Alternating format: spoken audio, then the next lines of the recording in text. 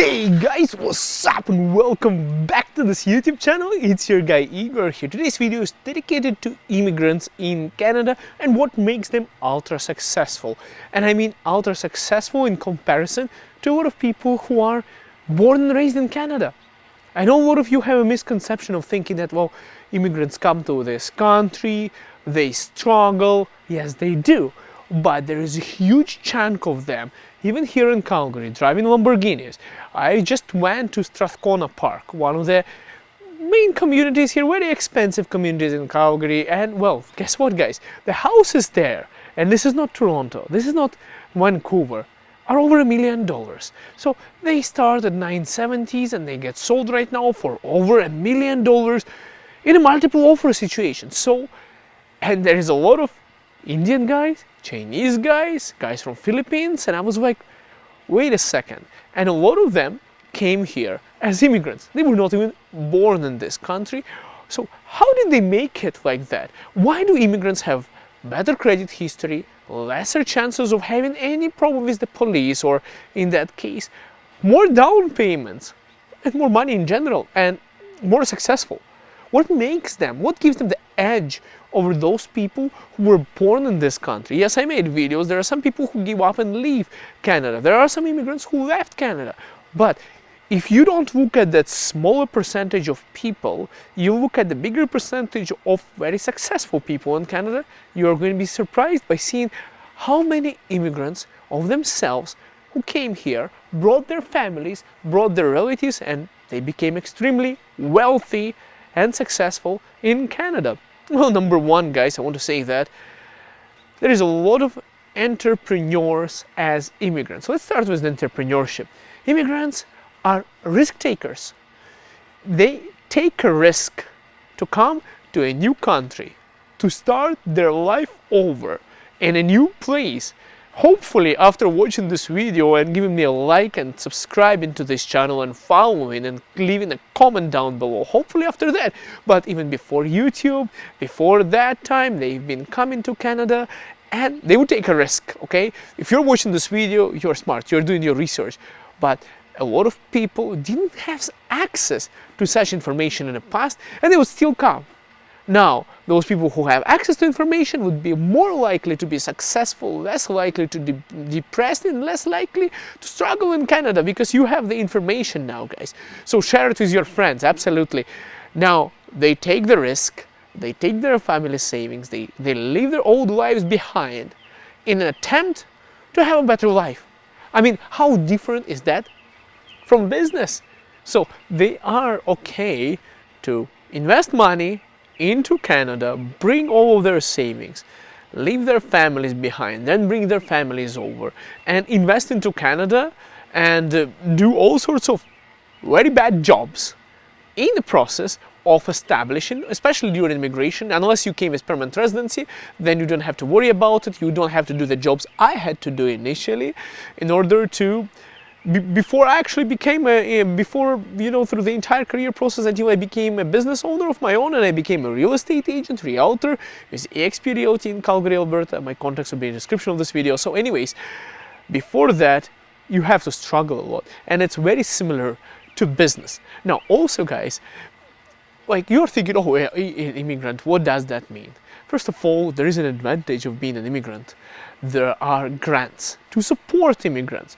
There are English courses to help you. There are special job fairs for newcomers. There are certain services specifically for people who are not born in Canada. So you do get that kind of advantage over Canadians, so that, like the government does support immigrants. And of course, everyone is an immigrant in Canada, even those guys who've been born here because, I mean, not everyone. There are some Aboriginal people, some native people who are actually from here, but most of the people in here are not from here, and at some point they immigrated. But credit given to their parents who did that and their ancestors who built this country. They were all immigrants. But anyways, besides this advantage where the government is helping, there's one more advantage, is your cultural background. I know some people are like, hey Igor, well, I am from India, I'm a brown person, so I feel like I might get discriminated at some places of Canada. I'm like, wait a second, what you just told me, it's a huge advantage over anyone else. You have a certain ethnicity, a certain background. If you're from Philippines, there is an entire Filipino community market for that. Brazil, same thing. You're an Arab, you are coming from Middle East, there's a community for that. Pakistan, India, Indonesia, wherever you are from. My neighbor is, by the way, from Japan. So I'm just saying, guys, if you look at all of these communities, if you're an immigrant, this is the trick. You don't only get the access to everyone in Canada, because everyone here, well, majority of people in their common senses respect immigrants. You also have the advantage of having a certain unique cultural background and access to that entire network. People use this word here a lot in Canada. You have to be networking. No, you already come with the network of people in Canada from your ethnic group and from back home. So you already have a certain advantage over anyone who was born in this country, who might look different, but they might not have that connections and that network of people and access to the language that you might possess over anyone else. So in terms of networking, you already have more advantage over those people who only speak one language, or maybe French as well, two languages, who were not born and raised with multiple languages in their home, and in that certain ethnic group and that network of people, over time you lose that connection. But as an immigrant, you still have it, so you have an advantage.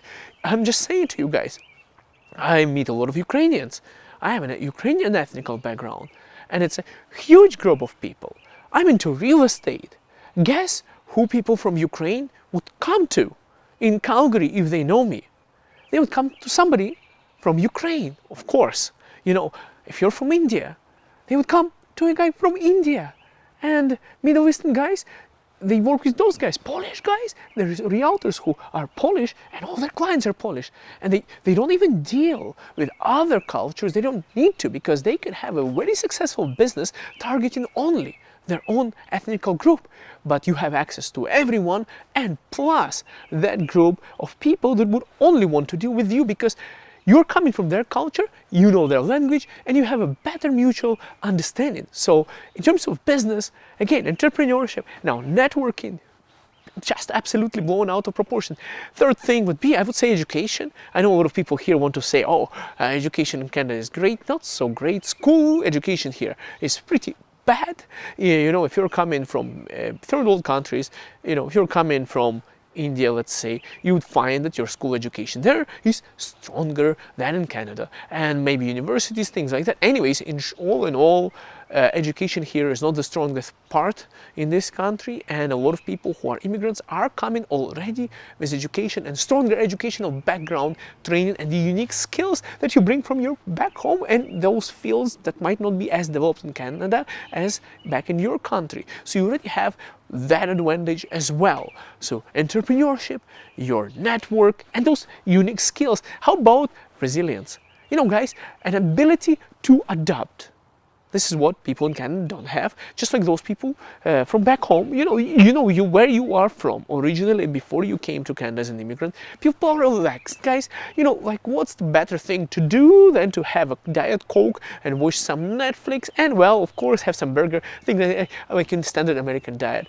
Well, it's no different in Ukraine. You have some pierogies, you have some dumplings, you have some mashed potato and a cutlet, and it's nice. You go to work, you come home, you're relaxed, you're in a comfort zone. Now, as an immigrant, you had to leave that comfort zone, leave everything and everyone behind, take that risk, come to the new country and adapt. A lot of people are saying, one thing I'm going to tell you about Canada. They're saying, this is how I was demotivated in Ukraine before coming here. You're going to come to this Canada, right? This Canada, what is there? You think anyone is waiting for you there? Do you think anyone cares for you there? I was like, no, but I care where I am. And, well, you can see the situation is in Ukraine right now. So looks like I made the right choice at that time. Otherwise, I would be running around with machine gun right now. That's not a good idea for me.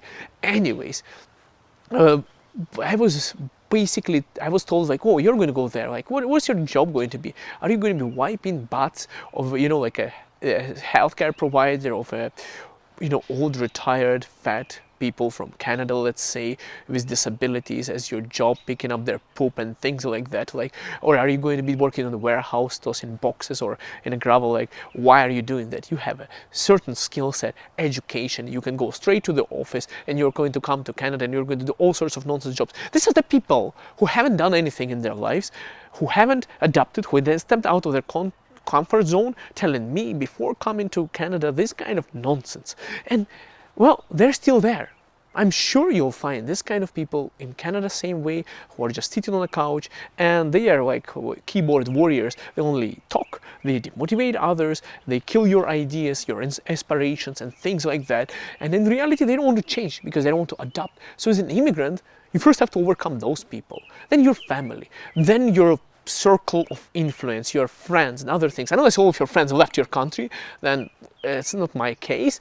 I was the first one to get out, now everyone followed. Anyways, so it's pretty difficult to do that step, to get out of the comfort zone, to come to Canada, to get through your education, to go through your work permit, to get through your immigration, I mean, to get your permanent residency, and even studying for the citizenship test, learning history and election systems in Canada, other things. It all causes resilience and adaptability that, you know, you already have an advantage of anyone who was born and raised in this country, because they didn't have to do what you have to do. They can say, oh, my grandfather came here on a train or on a boat, or my grand somebody. Yeah, credit given to those people who did that in the past, but you yourself, what have you done? And if you haven't done that, then there is an advantage of a person who have done that, who has to go through that seriously difficult path of resilience, where, yeah, for example, I know a couple of guys who were selling liquor in a liquor store in Calgary, and they got robbed in a gunpoint throughout their immigration process, while they were studying as international student, working part-time in a liquor store, and somebody came with the gun and robbed them. Like, their lives went through their, you know, through their eyes, because they were like, oh my God, I'm about to get shot. Just take the money and leave me alone. And it happened. Can you imagine going through that? Right now, that guy who's also watching this YouTube channel, and hey man, you know I'm talking about you right now. Yeah, he's working a really good job, a really high paid job that a lot of people here would probably never get. He's an engineer who had to work through a liquor store, do garbage jobs before getting immigration done, and become very successful and owning a brand new house in Edmonton. Anyways, done with the resilience. And so let's count the points. You have the network, you have entrepreneurship, you have the resilience, education, and work ethics is another part. A lot of people in Canada are too relaxed. You know, for example, if you're in Toronto, Vancouver, maybe it's a little bit busier, but if you're coming to the other parts of Canada, even in Calgary, people here are too relaxed. Work ethic is not as hard.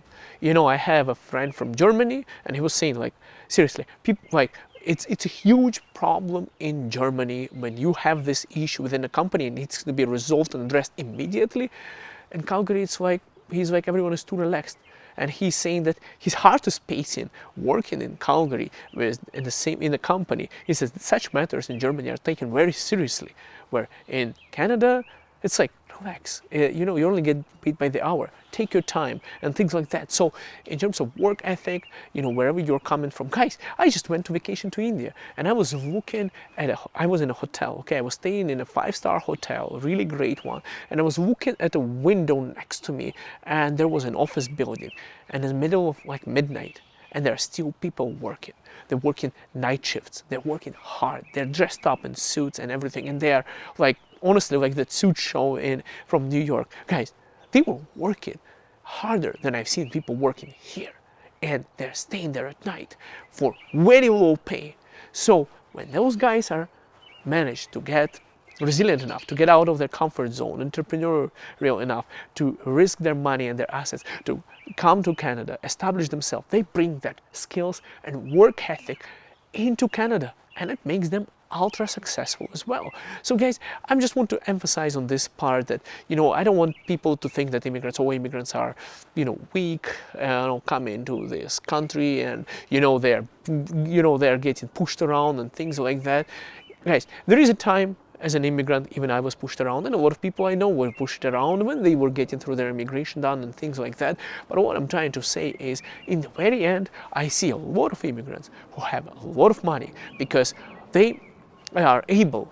Guys, I'm into real estate, so why I say a lot of money? Because in real estate, you have to save up for a down payment. To buy a home in Canada, if it's a primary residence, you have to have a 5% down of the total amount. Some people put 20% down. I know people putting 20% down for $1 million houses, and I've seen people, and I had people buying houses for cash, close to $1 million for cash, multiple properties, spending over $1 million in cash. And those guys, by the way, were refugees. And guys, I'm just telling you, immigrants have a lot of money, a lot of skills, a lot of talents, a lot of background, a lot of education, resilience, and entrepreneurship. And if you're an immigrant in Canada and you still haven't figured out all your advantages, I hope this video inspires you to go for more, because you already did a lot by even thinking of coming to this country, and achieving all of those things. So don't think of yourself or anything less, and don't get demotivated by all those people who are saying Canada is a bad place to live, because guys, I'm just telling you, I was just driving southwest Calgary, and there was an Indian guy driving an awesome Lamborghini. I was like, wow. And then I turned around, Chinese guy driving a Porsche, Porsche car. I was like, you know what? And I was like looking around, and you can see some guys from Canada driving a Corvette. Corvette is like a sports car for not so rich people. But if you see the other cars, it's like, you know what? Maybe they're doing something right, and they speak their own languages. I don't know whether they were born or raised in this country. I don't know those details. I only judged by their looks, which is a wrong way to do. But what I assume, and from what I heard, they speak their own languages. They still inherited, even if it's from their parents, that resilience and that community and that network of people, and that hardship that pushed them towards having a better life. So I wish you all the best. If you are coming wherever you are from, just take your background and monetize it and be successful in this beautiful country, because everyone here is an immigrant after all. And I'm just, why I said immigrants are ultra successful. It's not to put the Canadians down. No, it's just to give you an aspiration and motivation, if you're an immigrant, to be successful, to acknowledge your journey and take it into your future and build your success in this beautiful country. All the best, and we'll see you in the next video.